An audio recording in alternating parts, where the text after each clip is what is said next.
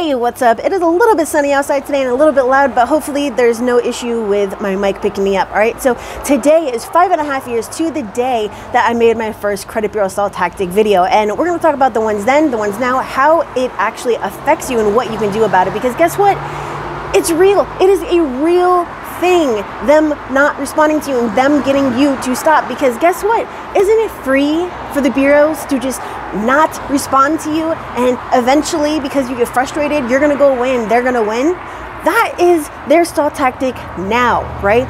Before, it was telling you that they couldn't understand the nature of your dispute. It was saying that, you sent in the wrong identification. It was all these different things. And yes, I was doing this 10 years ago, so I know exactly what those stall tactics were back then. But now, for the majority of the millions and millions and millions of consumers that are disputing and that have bad credit, the one thing that they are experiencing right now is being ignored. So what do you do? Because don't forget, there's all these people out there that are saying that by law, the bureaus have to respond to you and they have 30 days and blah, blah, blah. And if they don't respond to you, then guess what? All this stuff that you're disputing, your bankruptcy, your foreclosure, your possession, your charge off, your collections, your inquiries, your personal information, is all going to come off. Well, guess what?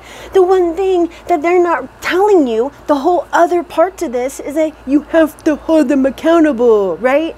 Your letter doesn't go to the credit bureaus and there's a representative for, there's like a judge and a representative for each bureau, and it's a room and they all hear your case. No, dude, it's not like that, okay? It is a letter that goes and gets opened by a robot thingy, right? And yes, that sounds so professional. A robot thing, and it gets scanned in to a computer who's then going to read the letter and determine, number one, if it can read it, number two, if it's a template, and number three, if it is a template, it's automatically verified and there is no investigation, all right? So that is your whole entire investigation, all right? So even the process is different now because we're dealing with computers. We are dealing with computers. We're dealing with a different age of everything, all right? And you have to adapt to all of this. So what those people are not telling you is that when the bureaus don't respond, there's a whole nother part of this that you have to hold them accountable, dude. And you've heard me say this in other videos before. There's nobody, you're not gonna what are you gonna do? Call the cops and say, oh, well, I sent in a letter to Experian and they didn't respond, so I need you to go over there with a warrant and, arrest the people in what I consider the complaints department because they didn't respond to me. No, dude, there's a process for you to hold them accountable, and you're gonna let them win by not doing anything because they're doing this, number one, to save money because they're getting 1.5 million disputes per month per bureau versus the 150 to 180,000 that they used to get because of the pandemic, because of all the new people over the past year that have new bad credit, right? So isn't it free for them to just not respond to you versus paying $765,000 in postage, right? And let's just, okay, that's at a 51-cent stamp. Let's just say that it's a 45-cent stamp. Obviously, it's going to be less than that, but that is to respond to 1.5 million letters at 51 cents a stamp is $765,000 in postage. Who the hell is paying for all of this? Obviously, they would rather keep that money in their pocket because this is a business. They are in the data business. Their job is to make money. A business has the purpose of making money, right? Even nonprofits, okay? Their purpose is to make money. It's not to spend money because you sent in a complaint about something that you didn't pay and now you're unhappy that it's reported on your credit report. No, it does not work like that. So when all these people out there are saying, oh, by law, they have 30 days to stop believing in the bullshit because there's so much more to it that they're not telling you, okay? I have been on YouTube consistently for 5.5 years telling you, showing you, proving to you, giving you the results of how this actually works and what you're supposed to be doing, okay, to actually get these negative items off your credit report, all right? If you go back to 2016, you're going to see my first video, and my first video that's an actual tutorial, not just some video that I made because I didn't know what the heck I was doing back then. You're going to see that I was using the same tactics then that I am now. They're just better now, okay? And I show you the whole picture, all right? Because I could name right off the bat just 10, and that's only 10 people that do videos and commercials and ads out there that are only giving you a part of the picture. And that is the stuff that you guys are buying, only part of the picture. Because here we are 5.5 years later, and I still have some of the same viewers 5.5 years later because they decided that they were going to use some shortcut. There are no shortcuts to doing this, okay? So when it comes to credit bureau stall tactics, this is the deal. You have to remember, again, that they are a business. Their job is to make money. If it costs them money, they're going to find a way for it not to cost them money, right? If there is a new bridge put up somewhere and it costs money, they're going to find a way to go around that bridge so that they don't have to pay that toll, okay? It's as simple as that. So here's the deal. Back then, they would tell you, hey, you didn't send in your identification. Your proof of address is it's over 90 days old. Your identification is not legible. We don't understand the nature of your dispute. We think that this was written by a credit repair company. None of that stuff is prevalent now. There's one thing that is prevalent, and that is them ignoring you. All they have to do to not pay $765,000 in postage or anywhere near that amount is to ignore you. Because if you're standing there knocking at someone's door consistently and they're not opening that door, you're just continuing to knock, and nobody's home, nobody's answering. Maybe they're home, I don't know, but they're not answering. You're eventually going to walk away, right? Because you're not going to stand there for 24 hours straight and figure that this person eventually has to go to work. No, you're going to walk away. This is the same thing. You're sending in letters and you're complaining and you're doing your CFPB complaints and nobody's responding to you. Eventually, you're going to get fed up with the whole thing and you're just going to say, you know what?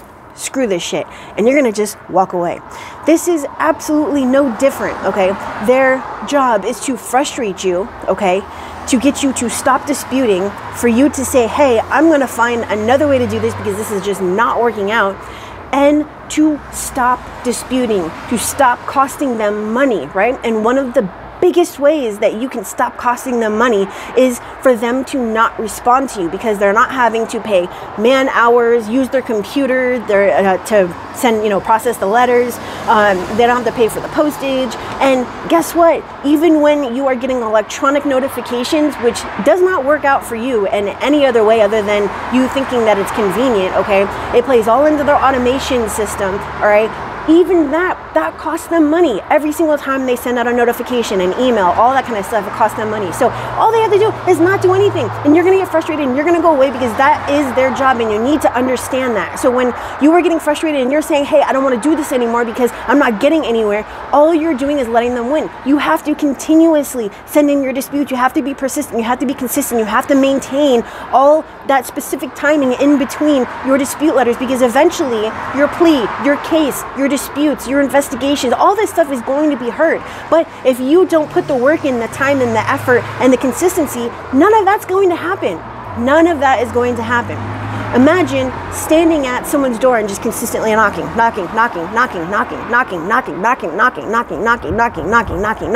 They're eventually going to open that door and they're going to be like, what?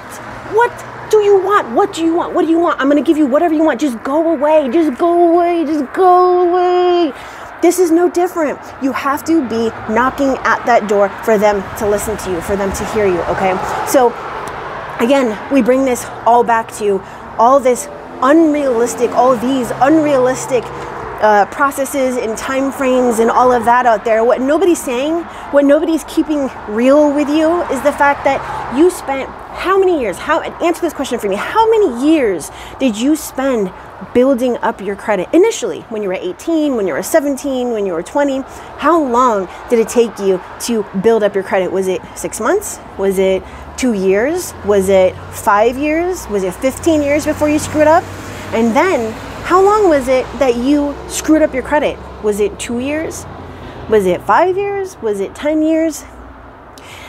So you spent 6 years building your credit, and you spent 2 years screwing up your credit, and now you also have to build your credit back up, and we didn't even start talking about fixing your credit. So if you did all of that, how much time do you want to put into fixing your credit, right? Because you guarded it that entire time, those 6 years that you built your credit. You knew that you needed to protect your credit because it meant the house, it meant every single financial freedom that you could be afforded before you screwed up for whatever whatever the reason, whether it was you losing a job, you had a surgery, someone died, you had to move, you became homeless, you went to jail, whatever the stipulations were, whatever any of that was, none of that matters, okay? What matters is understanding the process, all right? So you have to just put even just a fraction of that time into fixing your credit before you even build it up. Let me just give you an example. I'll be on the phone with someone and they'll be like, well, you know, I have student loans, I have collections, I have 2 repossessions, I have a bankruptcy, and oh, I forgot to tell you about the 120 inquiries that I have. So do you also have a program for me to build up? I'm sorry, what? You just said that you had 2 repossessions, you have 120 inquiries, you have all this stuff, but you're jumping over the fact that you first have to remove all that stuff before you can even think about getting your 400 credit score up, right? Because it's not going to go anywhere by you adding Tradelines and all that kind of stuff. And that's a whole nother video, okay? Because Tradelines used to be the shit 5-6 years ago. I even used to be a broker for a company, and they were working, they were flourishing, they were bringing people's scores way up, super high, and they were actually working. All right, now my recommendation to anybody who is even thinking about doing authorized user Tradelines is don't do it unless it's your mom, your cousin, your uncle, your brother, your husband, your wife. Don't even bother. You need to fix your own credit and then go and add, you know, whatever it is that you want to add onto it with your own credit is going to get you way farther than, you know, dealing with things that don't belong to you, because a lot of lenders, including mortgage, don't want to lend to you based on someone else's credit file. All right. So anyways, like I said, video for another day, but what I want you to do is just look at this realistically, right? Because here's how things work. We want things so badly, and we want to believe whatever we possibly can when it comes to the things that we want, but they don't make sense. They don't make sense. If you know that it's difficult and people got fired from their jobs, they lost their houses, some people are still not eating, food sensitivity is a huge thing right now, you know, all these different things in this horrible time that we're experiencing, and then here you are saying it's going to be so easy. So why are all these people that don't even have food, and here you are saying that it's going to be so easy? I brought this up on my podcast, my live podcast. You can access it. It's totally free. It is Capiche FM. So it's capiche.fm/ask-Kristen with 2 I's. I will post it down in the description. But anyways, on my live podcast, I was explaining the fact that, you know what, let's move past that one. All right, so all I want for you to do is look at this realistically, okay? Because I don't want to get off track, so that's why I stopped that there. I don't want to get off track. This is very important for you to hear. I don't want for you to believe the bullshit. Just because it's important to you right now doesn't mean that it's easy, and people are going to prey on this. They're going to prey on this. In the middle of a pandemic, you saw all of these companies and these peoples and these leeches and these whatever come out of the woodwork because they know that there's millions and millions and millions of people that have bad credit now because of our situation, right? All of the millions of people that didn't pay for their credit cards and their auto loans and their mortgages and lost their houses and can't eat and can't pay for this and can't pay for that and all that kind of stuff, right? So here you have all these new people that want to take advantage of that with these super high prices. Like, dude, I lowered my pricing. I got rid of my setup and analysis fee of $249, right? Because it was a minimum of $249 setup and analysis plus a minimum of $169 per month. Right now, my pricing average is just $139. You get what I'm saying? So at a time when you find all these people that want to get every single penny they possibly can out of you and don't even know the process and don't even know how to get results, they're just leeching off of you. Here I am lowering my pricing, showing you how to do this yourself for free, and people still have something nasty to say. That's so crazy. Like, that's so crazy, dude. Go back and watch my videos and learn how to do this yourself so that you don't have to go and, you know, pay someone to do it for you. So anywho, it's been 14 minutes and 22 seconds. What you need to do is look at the process and understand that at the forefront of your mind, you need to remember and keep in mind, because I'm going all over the place, but this stuff is very important, that the bureaus have a business. This is a business, right? The investigations, they are a complaints department, and all you're doing is complaining about stuff you didn't pay for or that you didn't pay on time for, and that's all they see this as, right? That they are required by law to process these disputes and these investigations because of the FCRA and because they used to abuse this whole system, okay? That's why the FCRA was enacted, because of the abuse of the industry. You should probably go back and learn why, okay? Because it will explain more of this. The bureaus are not there to help you, and by law doesn't mean anything.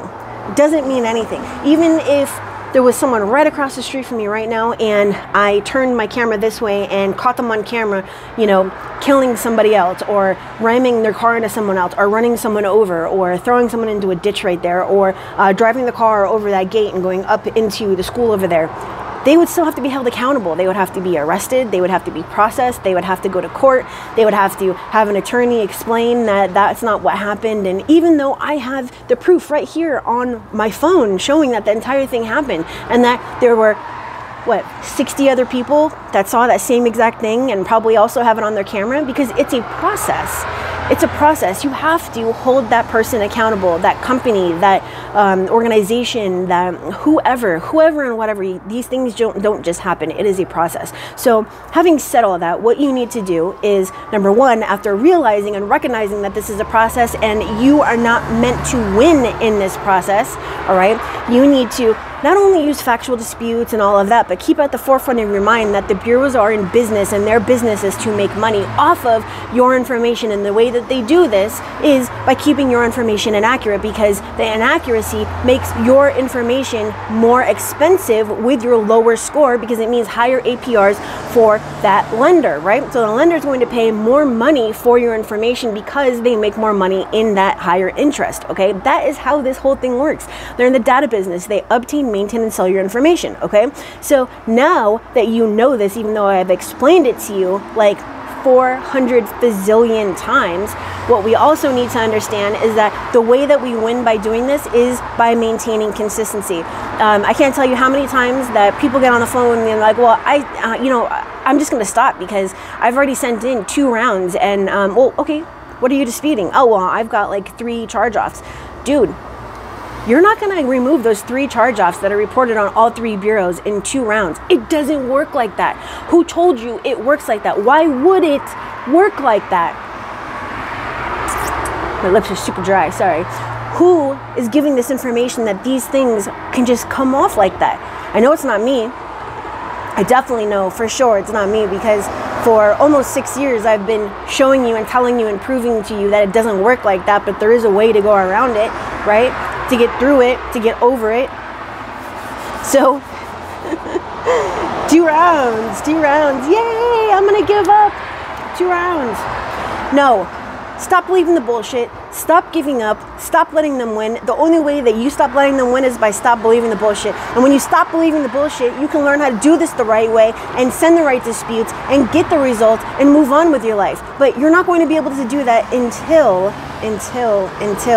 you stop letting them win. And the way that you do that is by being consistent and sending in your disputes and not folding when they don't respond, okay? Because yes, it says that they're supposed to respond, and it's going to say in their system that they did respond, but at $765,000 in postage, they're not going to respond. You have to know how to dispute past that first round or that second round or that third round when they don't reply, all right? And in all of my videos, I teach you how to do that. If you go back just a couple of videos, there's a title that says what to do when the bureaus don't respond. Like, go watch that video, okay? So anyways, this is almost 20 minutes, so I'm gonna get going. But if you wanna get better results, faster results, great results, using the right process, then you can use the links down in the description. One of them is going to take you to the do-it-yourself credit repair resources, where I show you how to do factual-based disputes yourself for free in the subscriber hub. There's also the deep dive workshop that is not free. That is on the same link on the member vault link. Alternately, you can schedule a one-on-one call with me to see if I can do it for you, and if you know, depending on when you actually schedule, if I have room on my program and if I can help you, I might offer my services to you so that you can get faster results, better results, permanent results, and not have to worry about doing the wrong thing, saying the wrong thing, and losing the entire process, all right? So that is it for today. This is significantly longer and the sun is like totally like in my eye. So I hope you have a wonderful day. Stop believing the bullshit, all right? Because all these people that are telling you only half of the story are doing nothing other than wanting to make you a number on their spreadsheet that tells them how much money they make in a month, all right? So you guys need to start listening to me. There's a video, the top 7 questions that you should be asking a credit repair company prior to signing up that you guys just aren't watching. Go back and watch that video. You need to be asking, hey, am I going to get copies of the disputes? If the answer is no, hang up. Hey, do you dispute all of the negative items at the same time and all 3 bureaus at the same time? If the answer is no, hang up. Hey, am I going to know what's being done for me? And are you going to send out factual-based disputes, or are you sending out templates? If the answer is yes, we send out templates, or no, we don't use factual disputes, hang up, all right? Otherwise, if you do want all negative items disputed every single round and all 3 bureaus disputed every single round and custom disputes, and to actually get copies of it and know what is actually going on with your file, then use the link in the description to schedule a call with me and I will see if I can help you myself. Right now, way too sunny out here for me, so I'm going to go in. My calls are starting now, so I will see you tomorrow, and go and visit me at capiche.fm/ask-Kristen. All right, I'll see you later. Bye.